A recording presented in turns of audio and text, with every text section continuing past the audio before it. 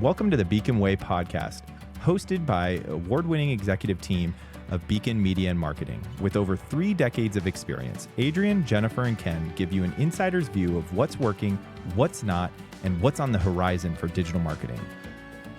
Grow your business today with the BeaconWay podcast.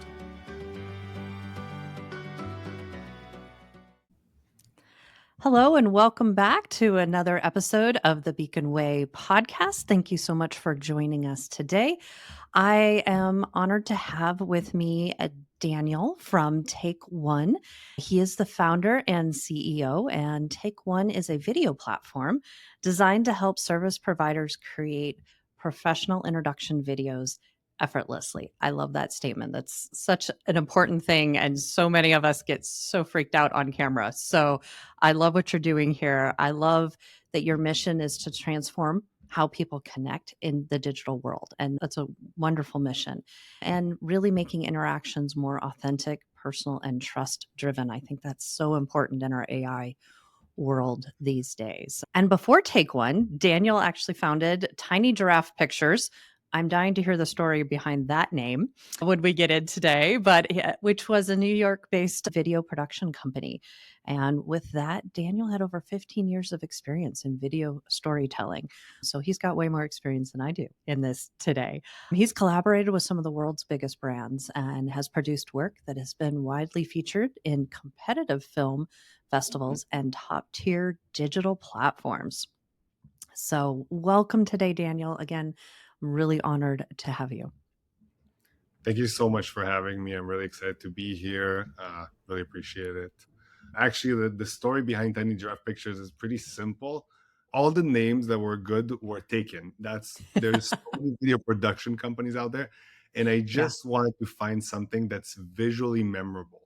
Every time I told someone Tiny Giraffe Pictures, they imagined a tiny giraffe, and it stuck with them, and they could always easily find me in my website just because of a visual memory trick. So that's the reason I chose a memorable animal. That's what it was. So before TakeOne, I did start Tiny Giraffe Pictures. I worked with all kinds of brands, big, small, some of the biggest brands, as you said. And what was really interesting to see in that time is that I was talking to a lot of service providers, or let's say clinics, law firms, and they wanted to create professional videos, maybe thought leadership, sometimes testimonials. And they had a big problem. They wanted the professional cameras, lighting, film crews, editors. But in terms of ROI, it didn't always make sense. Professional video can cost a lot of money, takes a lot of time. I couldn't serve all these people that came to me wanting to make videos for their companies. And what ended up happening, maybe by luck, is it's not lucky, but COVID happened. Production shut down. I didn't shoot anything. I had like about a month and a half to 3 months to just figure something out. And I thought to myself, hey, what about all these people? Can I make something really great for them that requires only a phone, something that they can do? And that's how TakeOne started. And ever since, we've been helping marketplaces, as I mentioned, clinics, law firms, just effortlessly make professional videos at scale. We have our management tool that helps the marketing teams really easily manage all the videos in one place and saves them tons of time. And then the really more cool, what I would say, part of what we do is our app that guides the users on how to record a really professional video. It really tells them how to position themselves in the space, check that the lighting is good. It has a teleprompter, so nobody has to memorize lines. There's the Q&A flow that's better for testimonials. Everything is edited automatically, and also the quality is enhanced for video and audio, so it looks like it was shot by a really professional camera. And essentially, we're replacing the need for everything that I did in my past job. Yeah, it's amazing how often as entrepreneurs we end up having to cannibalize the thing that we just did or just accomplished. It feels like pace is speeding up with AI tremendously, if you will. 100%. I feel like actually when I was pitching this idea to people, they were telling me, "Oh, so you're basically killing your old company. That's what you're doing." I was like, "Yeah, basically." Yeah. Yeah, I think Steve Jobs and Apple really set the precedent for that of being willing to cannibalize even very profitable product lines for innovation. And they were touted as amazing at this. And now I feel like y- we're all having to do this on a sometimes daily, weekly basis. Sometimes it feels. Yeah, 100%. Yeah, it's very interesting from that standpoint. So, what were some of the challenges that you had to face and overcome, especially in the early days as you were trying to figure out how to transition everything from in person to the digital space? Because I love what you're talking about. You have replaced, especially for an agency, so much of what we struggle with. The amount of time that our account managers and client marketing managers have historically tried to spend coaching the clients through some of these things you were talking about, the Q&A and the lighting and the positioning, and make sure the camera's not coming up here. Yeah. Looking at but what were some of the challenges that you were facing and overcoming in those early days? In the early days, I think one of the biggest challenges is to actually make sure that you build a product that people are going to buy before you Mm, build it. Building is very expensive and it's very time consuming. right. And it's just risky to build a product that no one eventually cares about. Yeah. So we were trying to figure out if we can prove two assumptions.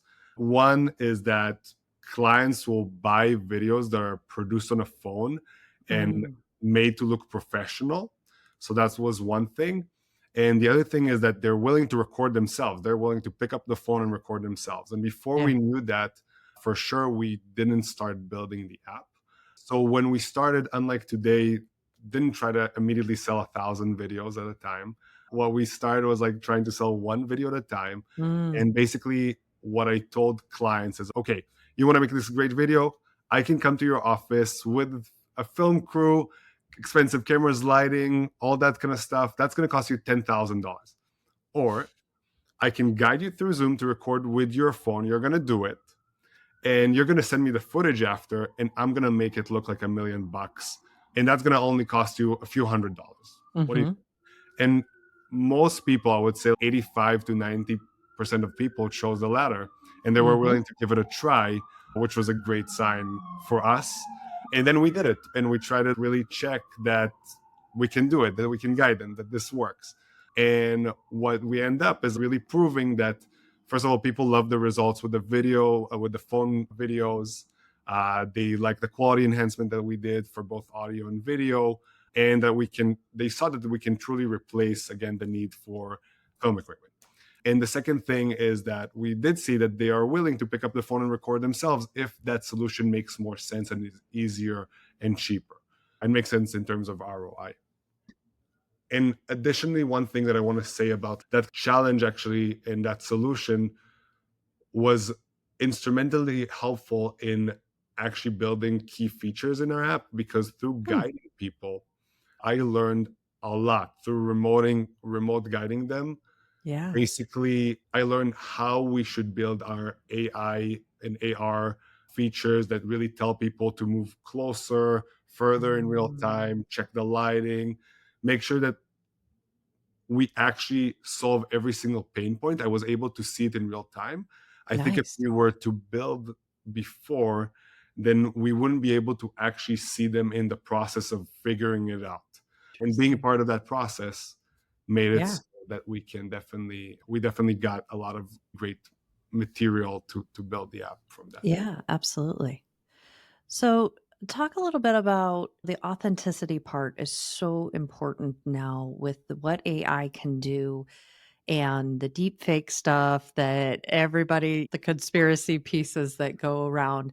We're seeing that concern or hearing that concern so much from our clients and our clients' clients is how do we get past because now the AI is essentially inserted itself between our end users and the information that we're putting out there. People aren't necessarily Googling a question and then going to a website and reading an article anymore. Yeah. They're getting an AI summary and who knows where that's from. So video is becoming so much more important to authenticity And yet AI is eroding that authenticity at the same time with the deepfake stuff. So, what are some of the things that you're seeing in your world, and how are you addressing that authenticity piece? Question. I think everything that I say, we don't really know, right? This is just my assumption, but I'm excited to share my thoughts about it. So, first of all, deepfake is a very specific use of generative AI, of course, Mm, but I do really like the use cases of generative AI when it comes to video, mm, when videos are not meant to, when their goal is not to create trust and connection. I think that mm, it's great that you can make a marketing video by just tapping a sure. few keys and making something that's extremely engaging, and that opens up the playing field for everybody. Big brands, small brands, everybody can create something really amazing, engaging. I think where authenticity is very important is where the video itself is designed. Its goal is to create trust and connection. And this is Mm, where thought leadership comes to play, where testimonials come to play, where an introduction video comes to play. And it's not a coincidence that TakeOne only focuses on these use cases, because we've made a decision already like 2 years ago that we're not going to compete with marketing videos or explainer mm, videos that are definitely going to be eventually done by AI. But I right. think that I've heard different opinions, but most people that I've talked to really agree that at the end of the day, if someone is trying to create a connection with you digitally through a video, you want to know that person actually spend the time recording, being Mhm, vulnerable in front of the camera, and putting some effort to connecting with you. I don't think you'll go meet a lawyer or book a call with a lawyer or a therapist per se that generated a video of themselves, even if it's indistinguishable right. from a video that they would record. I think that the Mhm, meaning behind it is actually sometimes what's important, and mhm, not necessarily just the end result. And yeah. yeah, deepfake are going to be a big problem, I think, as well. So if we're talking about Mhm, deepfakes, there's an element here that is a little bit tricky.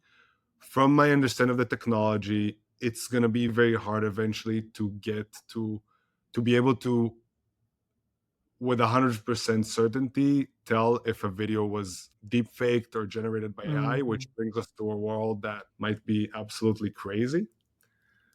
Yeah, Who we'll knows? see. But there might be the way we are approaching this, and this is what is important sometimes to our clients, although it's not a, to be quite honest, it's not a big pain point yet. But what Mhm, we've seen and heard from people that is interesting is that with Take One, we can solve it potentially, and they find it interesting that we can solve it through a much simpler way. We don't need to mhm, analyze the footage to know if the video was generated by AI.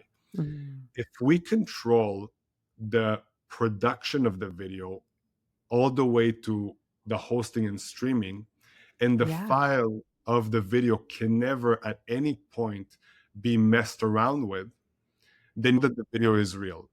With Take Mm, One, you get people to record with our app without the device being interfered with, right. and then that video automatically uploads from us to our server, secure servers. Mhm, Then we do all the everything automatically, all the editing and processing happens on our end, and then we also host the stream of videos, so that at no point can anybody like influence the file. Essentially, right. that is an interesting approach to it, that it seems pretty simple, but it doesn't require intense models that now end. No, that's a really interesting sales point or point of distinction that you guys can control the process and there's a certain level of expectation of security there.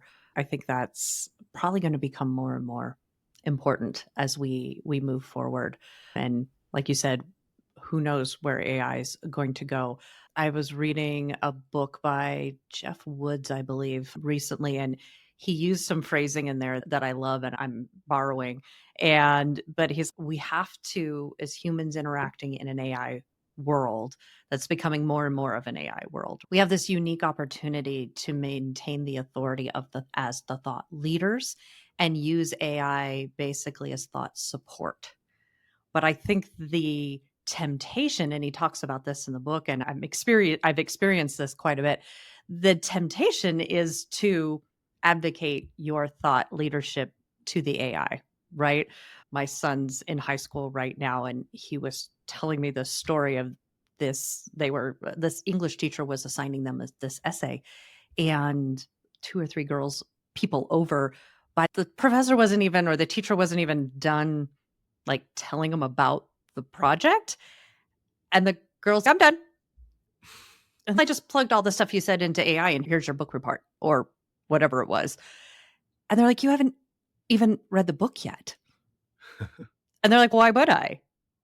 And it became this whole discussion back and forth. And the student was honestly flabbergasted and like totally did not understand what the teacher's objections to that was. And theirs was, you have advocated your thought leadership, if you will, to AI, and you're using AI to think for you instead of using it as a support to enhance your strategic thinking and retaining your authority as the thought leader. And I thought that was a really interesting take on our interaction and with AI and our growth with AI. Yeah, it's actually fascinating, and I think it says a lot about education. Where is that going? It's really hard to know. I It think is. we're going to see, we should see, I don't know if it's going to happen, but we should see a big change in education all the way Mhm. from young ages to academic studies. Yeah. Um, because it's not going to be the same. I'm also pretty sure that many students right now are just like generating all their papers, all their Yeah. work. They're not really learning. So I think we have to rethink. Your story made me think about the fact that we need to rethink learning. How would that happen in the world Right. that we currently live in if we can just generate everything and outsource thought to Hmm. AI? Yeah. When my son when we were talking about this, and he starts laughing. He's, remember that cartoon we used to watch when I was a kid called Wally, and where the people were just in chairs and they had essentially given up everything to technology. And I was like, yep, I think that's a potential danger that, if we don't, but I agree that the education, if we don't start teaching our children how to use this technology to enhance their thinking and their strategic mindset and their problem solving, it is almost too easy to let it do the stuff for us instead of let it actually enhance what we already have, the intelligence and the strategic thinking and that part that makes us human, if you will, Yeah. that we already have. Yeah, I think it's a fascinating thing to live through, right? Because we had our internet went out and my son was having to do a book report, and what was it? Oh, it was on Roman emperors. And I was like, my mom gave us the Encyclopedia Britannica Junior set that I used to use when I was your age. Let's go see what it has to say. And he's, what is that? I'm like, okay, here's how you use an encyclopedia, which you'll probably never use again in your lifetime, but it's a fun walk down memory lane, if nothing else. But he was just like, you mean all this existed in books? Like, yes, this was our internet back in the day, and I'm thankful that we don't have to do that anymore.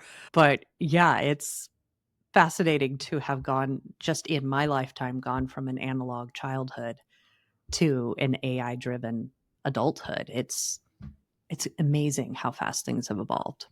Yeah, it's absolutely crazy. I remember also the times with the encyclopedia. I think when I was like 10 years old, my dad would tell me, hey, I'll pay you like, I don't know, $1 for every page you read or something. I know it sounds like, yeah, let's put it that way. I didn't make a lot of money, but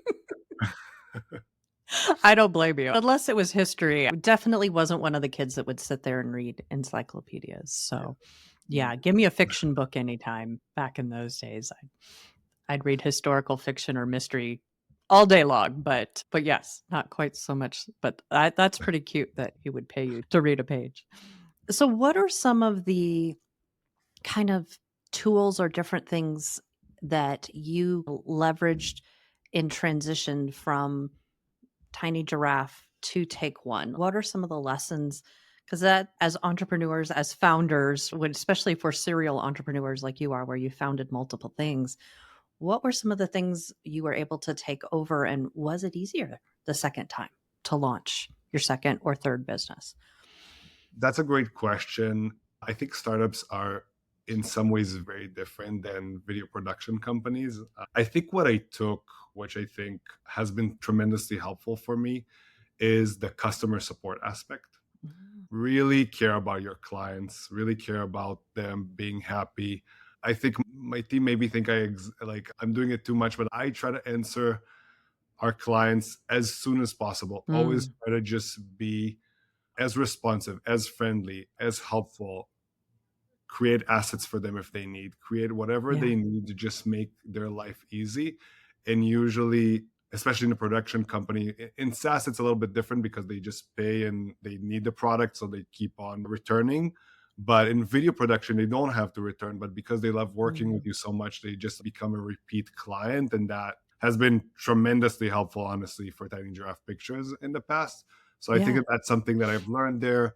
Just give certainty when you answer your clients. Never Mm, say, "Oh, I'll get back to you," and then they don't know when. You say, "I'll yeah. get back to you by Tuesday." If you don't have an answer by Tuesday, you get back to them. You say, "I don't have an answer yet. I'll have an answer by Friday." Mm, And that's how right. you do it. Always keep on, give them certainty. Always try to help them see things from there. And I think that has been tremendously helpful at Tiny Draft Pictures and now here at Mhm. TakeOne. Also, what I think was really helpful is like being very business oriented and marketing oriented. I think when I was starting Tiny Giraffe Pictures, I was like starting as a filmmaker, very more, let's say, creative than business Sure. oriented. And that field, not so much in startups, but I feel like people tend to tell people about the cool stuff that they're going to do for them. This is going to be an amazing shot and we're going to do this for you and it's going to look like $1 million, but at the end of the day they want to see results. That's what Mm, they care about. right. So in my video days, what the switch that made me actually sell a lot more and really grow my Mhm. business was when I jumped on a call and I told people, before I think of any concept, before I think of anything, who's your target audience? What are you trying to achieve here? Mm, Where is this going to be posted? Tell me everything about your product or your service. I want to understand everything so that I can create the best script and the best video that will bring you the results that you want. If it's brand awareness, if it's mm, selling more t-shirts, whatever it is, you're going to get the outcome that you want, the results, not just a cool video that you can show the team. So I think it was mm, very important that when I already arrived to TakeOne, that's how I talk to people. Okay, videos are cool. I really like the effect of creating the trust and connection. Of course, this is mm. what I'm excited about. But eventually, I tell people, hey, we convert 78% more. That's what they want to hear. We help Wow. with retention, we Yeah. help with better matches, and you're not going to waste time on phone calls that will lead nowhere. So, Mm. this is how I learned to talk in Tiny Giraffe, and that helped me tremendously in sales. Take one. Very cool. Very cool. I love that focus on customer service. I think, especially in our day and age where so many of us are craving that connection, that becomes so much more important and really helps our companies stand out when we choose to have that part. One kind of last question before we wrap up here today. Tell me a little bit about how your role has evolved from founder to building a company to CEO. What were there any parts that kind of surprised you that you've evolved in or grown in, or was it old hat or normal for you? What would you say? I don't have to learn anything new every step of the way. There's just things that I'm not expecting. But the trajectory for Take One, I think, in the beginning, it was a lot of exploration, right? Trying to learn really the Mm, pain points that people have. What do they really care about? Talking to basically as many potential users as possible, finding out where the market is and where the business opportunity is. Even if there are pain points, are people going to pay for that? Are we B2B, right. B2C? How we're going to do it, how we're going to scale, and just pitching different ideas and seeing what lends better, what are people willing to pay for. Then after we get all that data, it really became about building. And since I was the video expert, I'm the video expert in our company. I was highly involved in many parts of the product, building it, thinking about how people actually feel when they record a video, what would work for them. All these guidings that I've been doing really informed how the product was built. So we needed to work a lot on product strategy. How do we make it the easiest, most effortless thing to record? And how do we build a management system and an API system that automates everything so that nobody has to coordinate anything, deal with any editing, reviews, anything like that. Yeah. And that part was really like a lot of building and a lot of testing. And today at the stage that we're at, okay, we have our like more than MVP, a product that really works well, that people see the results, great case studies, all these kind of things. Now it's all about growth for me. So my Mm. job has become a lot more about pushing on growth, trying to understand what is missing in sales calls, what assets do we need to build, how to open up new markets. And it did come back to talking a lot more with clients essentially, and Gotcha. or in new potential markets. Yeah, and just like trying to learn from every interaction and optimize everything so that we Mhm. can take over the markets that we're in and find new markets to grow into. Yeah, very cool. Very cool. Is there, as we're wrapping up, is there anything else you'd like to share with our audience today? Let's see, we were talking, I think maybe we covered a lot of amazing things. Maybe that's it. Yeah, Yeah. this has been Yeah.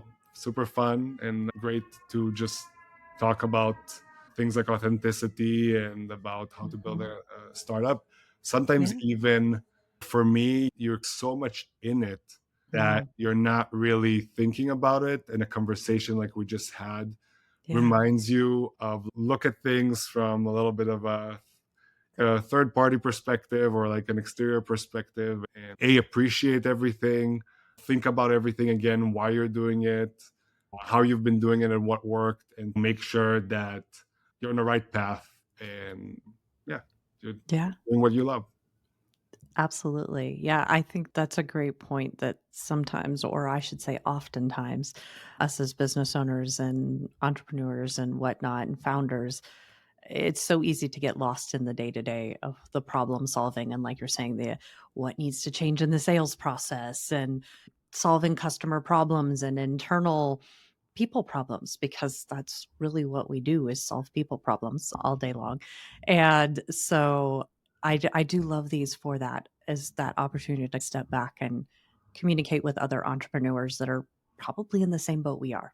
They're in the weeds and they're like, oh man, somebody else overcame that too. Or I'm not the only one dealing with people problems thing. And so thank you for sharing your journey and just your transparency with a lot of the stuff that you're developing and growing. And I know we're really excited to keep working with Take One and to start rolling Take One out internally for our company and for our clients. So thank you so much, Daniel, for taking the time today to talk to our audience. And Thank yeah, you, looking, Adrian. yeah, Really appreciated the time, and yeah, it was a great conversation.